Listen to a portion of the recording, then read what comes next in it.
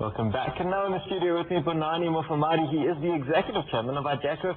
Today the shares have been around about the listing price of R1.10, but the share was 2.5 times oversubscribed in the private placement. Vhonani, what exactly does Ideco do? Because you talk about biometrics, you talk about fingerprints, but how exactly does it work? Well, basically, this is using the technology to identify people. And this is something that happens really in everyday life. When you look at government departments like Home Affairs, this is primarily what they do every day, issuing birth certificates, ID books, as well as passports. They need to identify people positively before issuing these documents to them. And fingerprints, among other things, are the features that are used for purposes of identifying people positively. It happens also in the workplace, granting or even withholding access to people into buildings, into computer systems. It's now possible to do all of that using fingerprints by means of technology. How did you get into the field? Well, it's been a good almost 10 years now that we've been in the business. In the very beginning, really just as an agent for the technology supplier, Chairma from France. So the relationship goes back that far. And it was really in time, as the business was building up, that we formalized it with the incorporation of Ideco about in 2001. And since then, it's really been a wonderful story of growth in our business. You're only 38. It is quite a young industry in and of itself. Your board as a whole is generally pretty young. There's only one member above 50. Do you think that's an advantage in the field of biometrics? Well, I wouldn't think just in the field of biometrics. I think that the fact that these are young and dynamic people and business people in their own right, the executive, non-executive directors we have on our board, these are people who bring, dynamic ideas to the board and people who will be there for the long future. Looking at the listing itself, why exactly did you decide to list, and are you happy with the way it's gone today?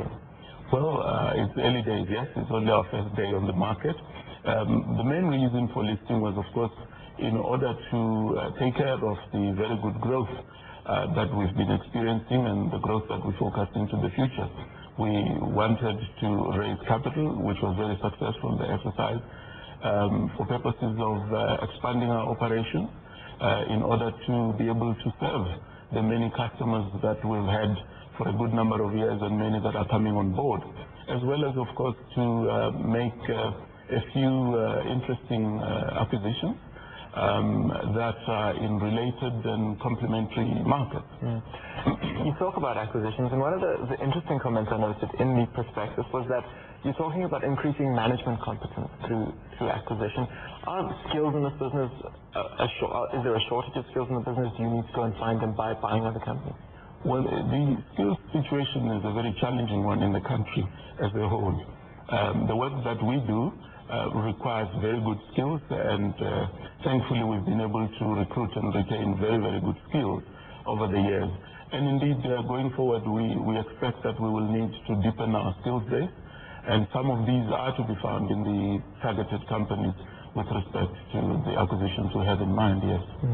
How does the relationship with ZNG work? It is a majority shareholder in the business and you have a technology relationship with them. Does it also flow down into a skills level? What is the nature of that partnership? In the very beginning, yes. Much of our software development was indeed done for us by ZNG.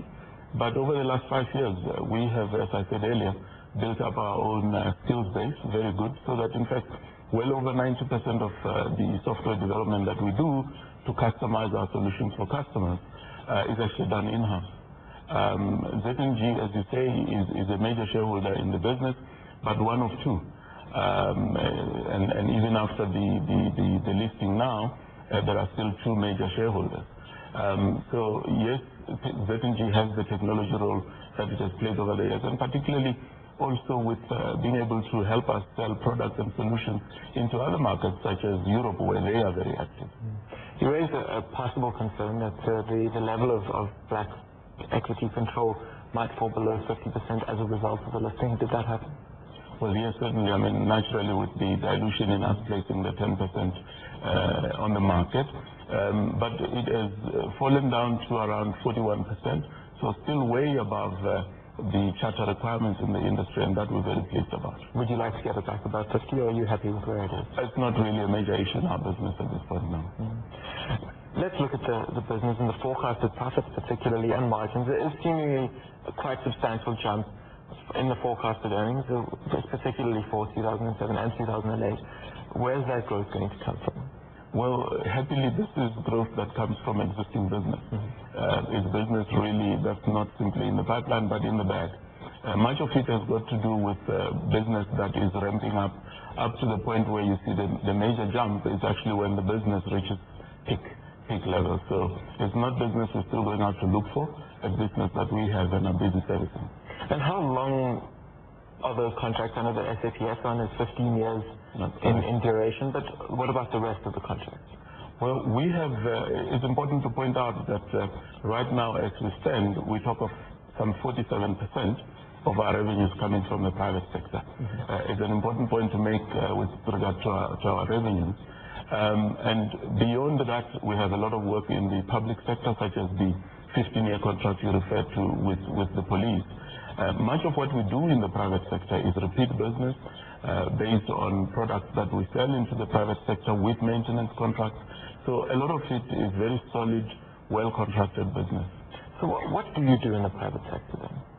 I'll give you an example of a mining environment.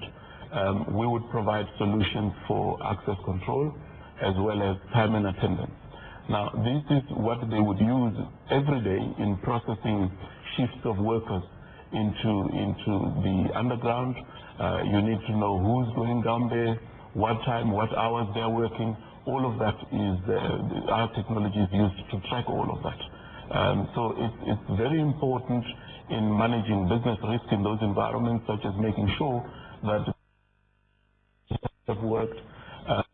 Similarly, we have many security companies coming on board as customers who require us to capture the biometric fingerprinting data of their employees in order to manage such things as criminal records that these employees may or may not pick up in the course of their employment with those companies. So we are an integral part of their business activities on a daily basis. Coming to the government sector, or the public sector, if you will, how many of those big contracts are out there? So you've got the 15-year contract with the police. Are there many more of those available? Yes, and not simply in the form of major contracts, but as I said earlier, ongoing work that we know becomes necessary once a Department of Home Affairs has issued an ID document. There are repeat issues in the future, and in doing so, they need to once again to confirm that the applicant for a new ID card is the same person that they have in their database, and there too our technology is used for that. So the big contracts are still available in this market. In SADC, we talk, for example, about quantifiable opportunities up to about 12 billion rand. Who are your competitors? In the local market, very few really, because most of the players tend to be only in the access control sector. So without ability to do the sort of work we do with the police, with Home Affairs, with the security companies in the private sector that I was referring to, really just limited to providing a fingerprint reader to determine whether or not someone should come into a building. We go way beyond that with what we do. The one query I have is you're renegotiating the contract with Sagem at the moment. Is there any possibility that you won't be able to renegotiate it? We're not at all worried about it. As I said to you, the relationship goes back a good 8-9 years. We actually introduced the technology here. Our technology suppliers, Sagem, are very pleased with the market position that they have in South Africa, exclusively as a result of the work we've been doing here. So there are no sticky points of negotiation at this point in the contract. It's merely really a matter of reconfirming what has been and continues to be an evergreen contract. What should we be expecting as we go forward now with Ideco? I think a lot more visibility, which is partly one of the reasons why we chose to list the business at this stage. There is a lot of growth opportunities in the market, and to take advantage of that, we wanted to bring out into the open, into everyday consciousness, the technology that Biometric is and what it does. So a lot of us you will be seeing in the market. Vhonani Mufamadi, the Executive Chairman of Ideco, thank you very much for joining us. And that's all from Power Lunch in association with MoneyWeb. We're crossing now to CNBC Europe for Power Lunch Europe with Louisa Boyson. CNBC Africa is back at 4 p.m. Central African Time with a regional update.